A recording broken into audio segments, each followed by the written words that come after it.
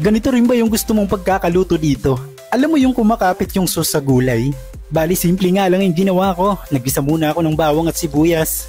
Yung gusto kong isahog dito yung purong atay lang kaya hindi ko na sinamahan ng atay balunan. Gisahin mo lang saglit hanggang sa maprito ng kaunti.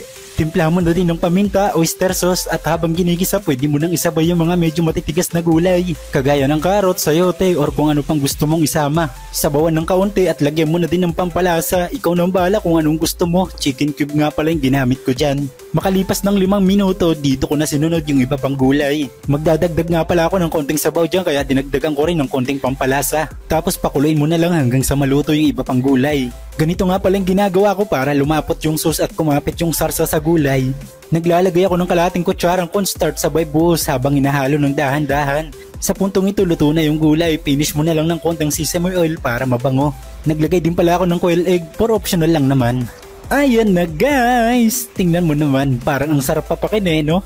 Kahit hindi ka na talaga magkanin. Maraming salamat nga pala sa mga bagong followers natin. At kung gusto mo ng mga ganitong video, i-follow mo lang ako.